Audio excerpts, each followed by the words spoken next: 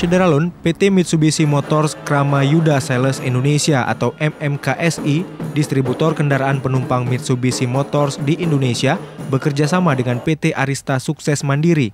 Kedua perusahaan ini mengembangkan jaringan dealer khusus kendaraan penumpang Mitsubishi di Jalan Mr. Muhammad Hasan, Gampung Lampenerut, Kecamatan Darul Imarah, Aceh Besar pada Rabu 27 September 2017. To continuously improve the quality of sales and after-sales service to realize this commitment. Okay, we will count together. 1, 2, 3. Yeah, please hit the gong. Yeah. Dealer PT Arista Sukses Mandiri di Banda Aceh diresmikan oleh Presiden Direktur PT MMKSI Kyoya Kondo dan Kairman PT Arista Sukses Mandiri Hartono Sohor.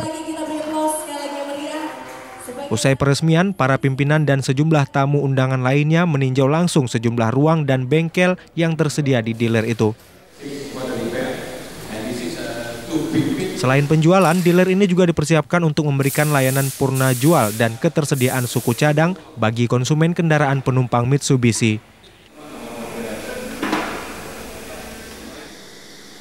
Dealer tersebut memiliki area showroom 400 meter persegi dan luas area workshop 572 meter persegi. Dari Banda Aceh, R.A. Karamullah, Serambi On TV.